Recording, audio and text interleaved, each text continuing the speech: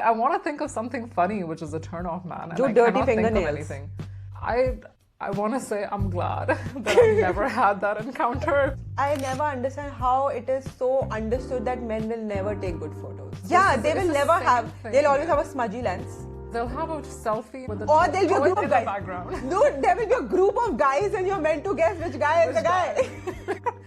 Yeah.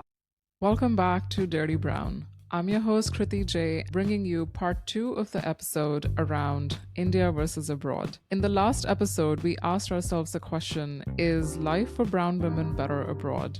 And it turns out that it's more about the negotiations we're making on a daily basis. We focused on the safety aspect in the physical spaces, and today we're diving into workplace and the pressure of marriage, something brown women are all too familiar with.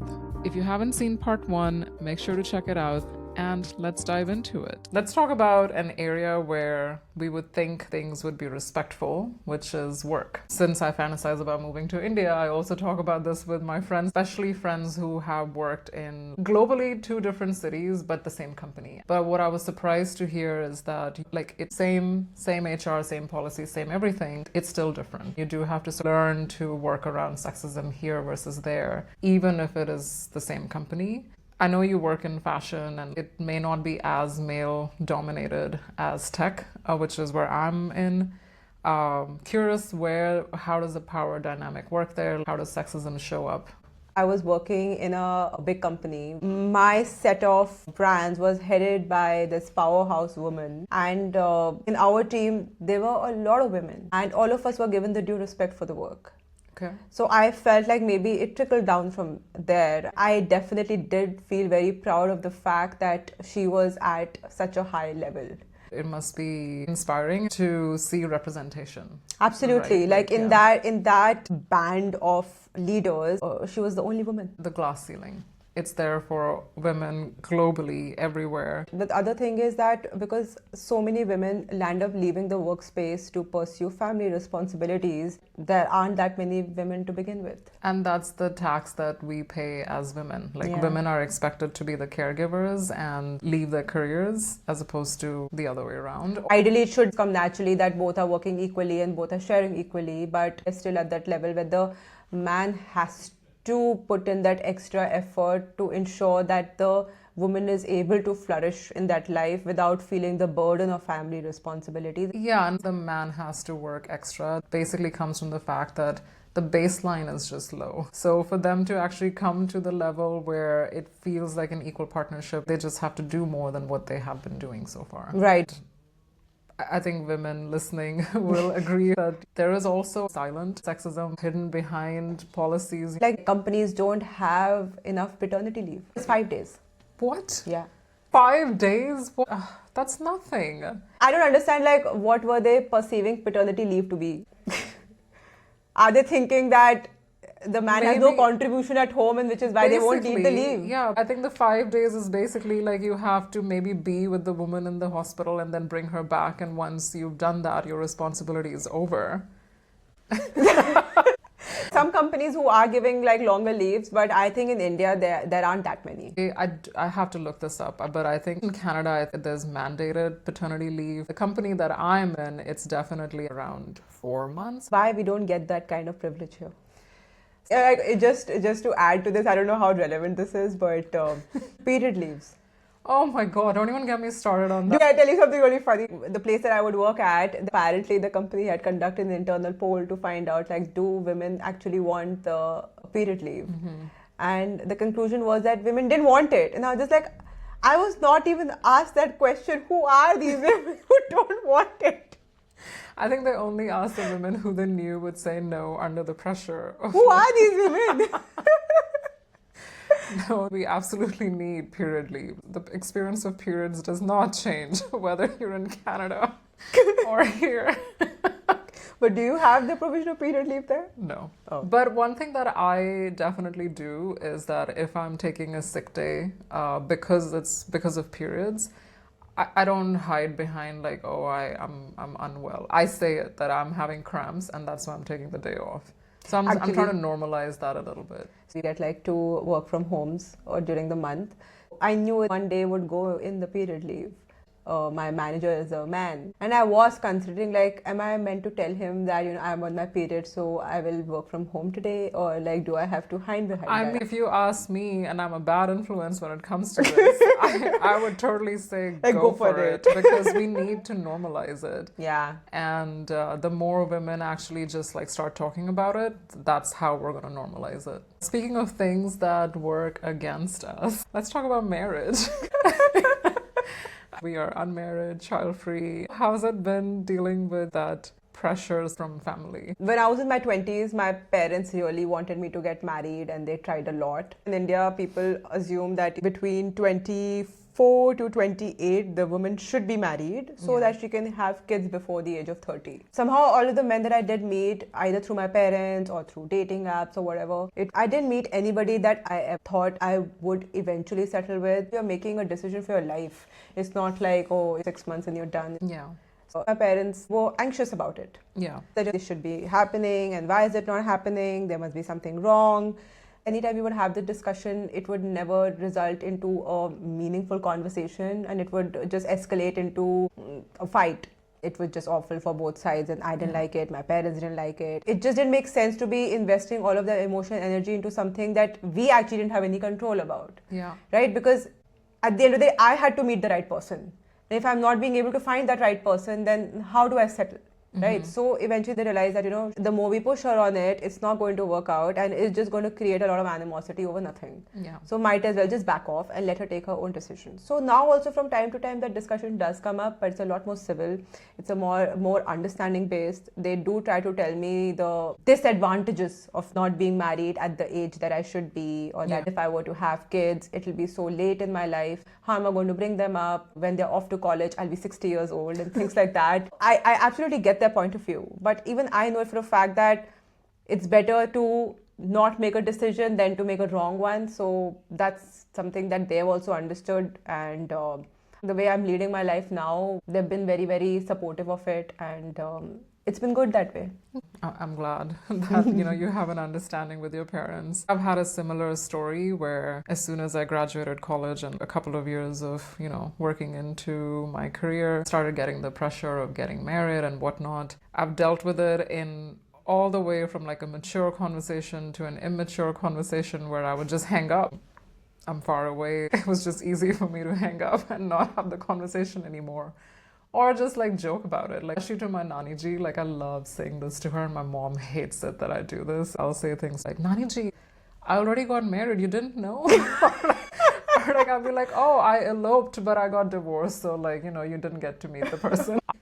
The entire family asking us about it, I understand that it's coming from a place of love and care. And they come from a generation where they were prioritizing life for stability. That's what they thought was the right thing to do. And we are prioritizing for things like autonomy and equal partnership. Because the world is very different now, no? The world is very different. Initially, I think in the olden times, because women didn't work, a lot of the marriages happened so that the women could feel financially more stable and taken care of. And the parents also wanted that when we are not there, then who's going to take care of the daughter, because she's not really an earning member. Yeah. Our parents made the effort to educate us, to make us financially independent.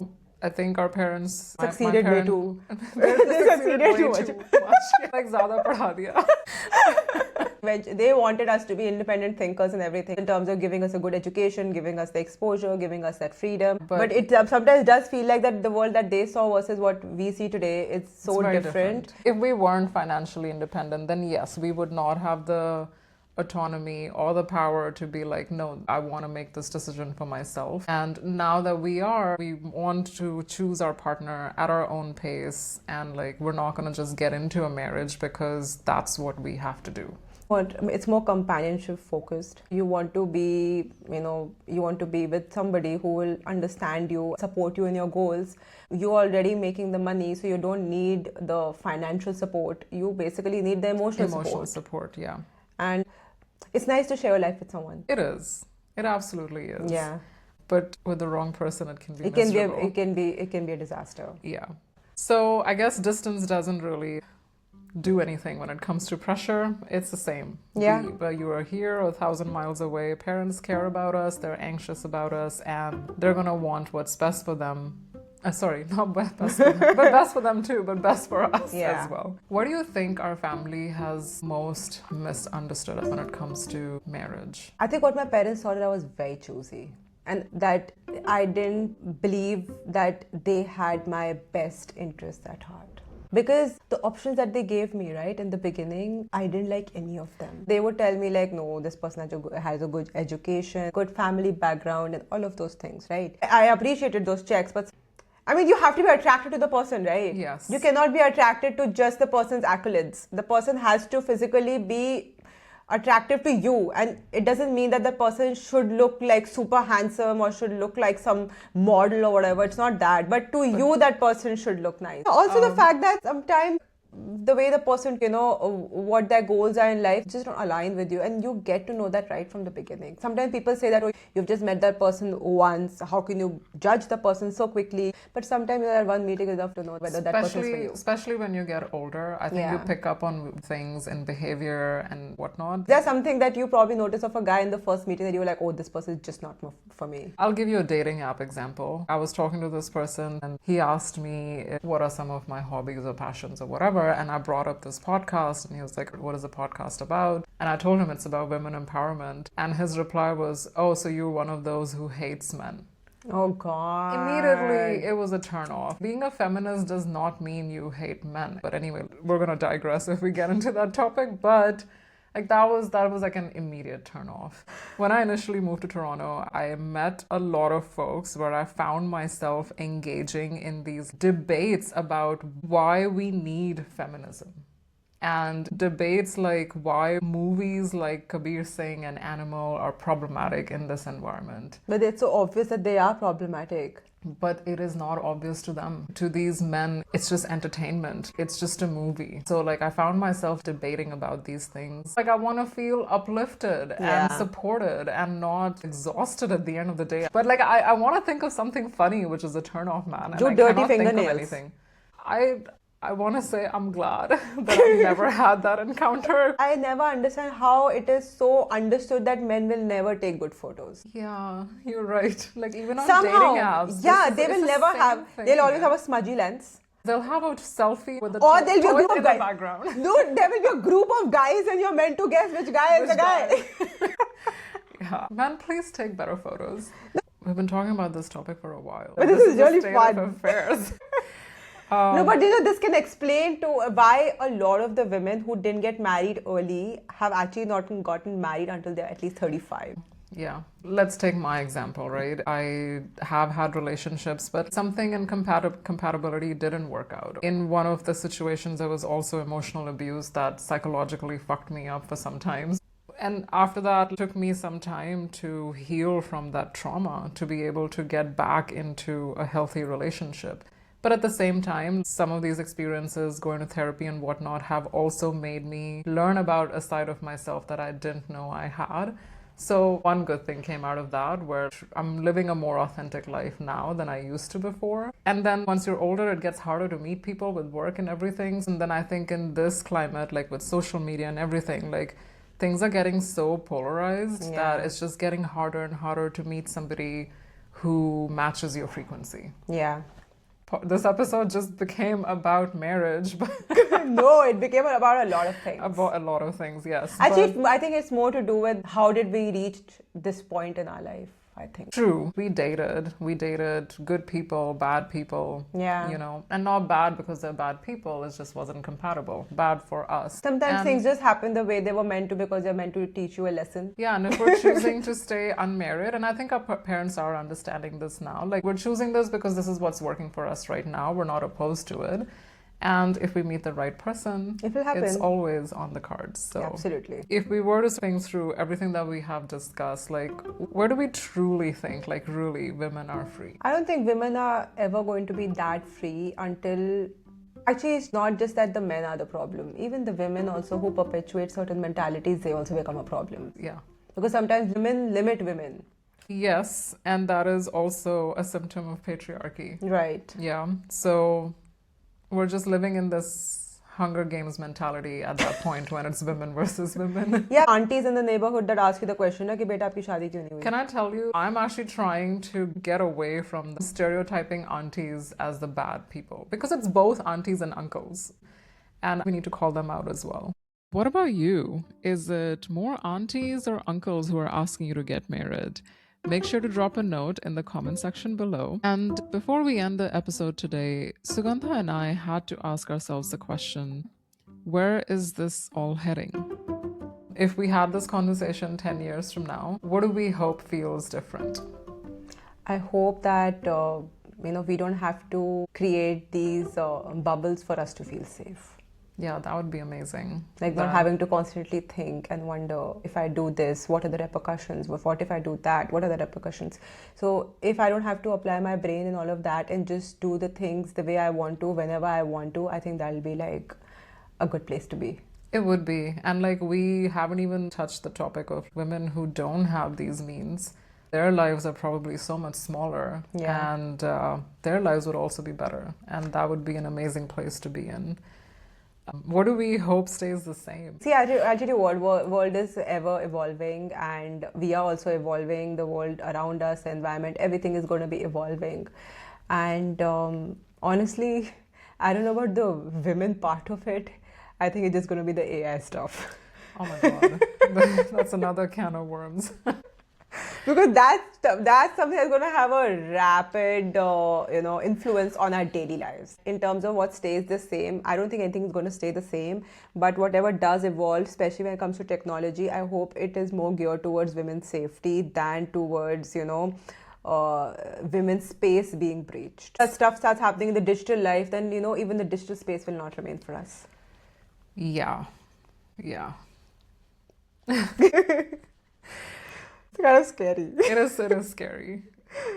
Conversations like this never really have a clear answer. While it is scary, we do hope that it is on the more positive side. Thank you again for taking out time from your busy schedule to join me on part 2 of the conversation. And that was with Sugandha Singhal. Thank you guys. It was lovely to be here. That was my conversation with Sugandha. 2 women, 2 cities, and a lot of grey in between. We started out with the question whether lives for women is easier abroad, and we realized the real question is what compromises are we willing to make and what negotiations are we willing to deal with. And honestly, there is no dirty brown manual for it. If you are a brown woman thinking about moving back home, or if this is a question that has been on your mind, I hope you felt less alone after listening to this discussion. Share it with somebody who needs to hear it, and I will be back again with more episodes about women living off script. Until next time, goodbye. I think it looks fairly lit. Yeah, actually, go look at it if you want. I won't be able to see myself. You sit. You can see me. Oh, yeah. Yeah, it's nice. You can't even see the shadows. Yeah. I think that's how it probably works. I think I need to get this for myself. What? Ring light? Yeah. I have to do so much tamjham even there before recording. Yeah. Because I don't have a proper setup either. So I have this lamp that I use as my light, but it's not where I record, so I have to take it from where it is and then put it there. That's the whole, I think that's why people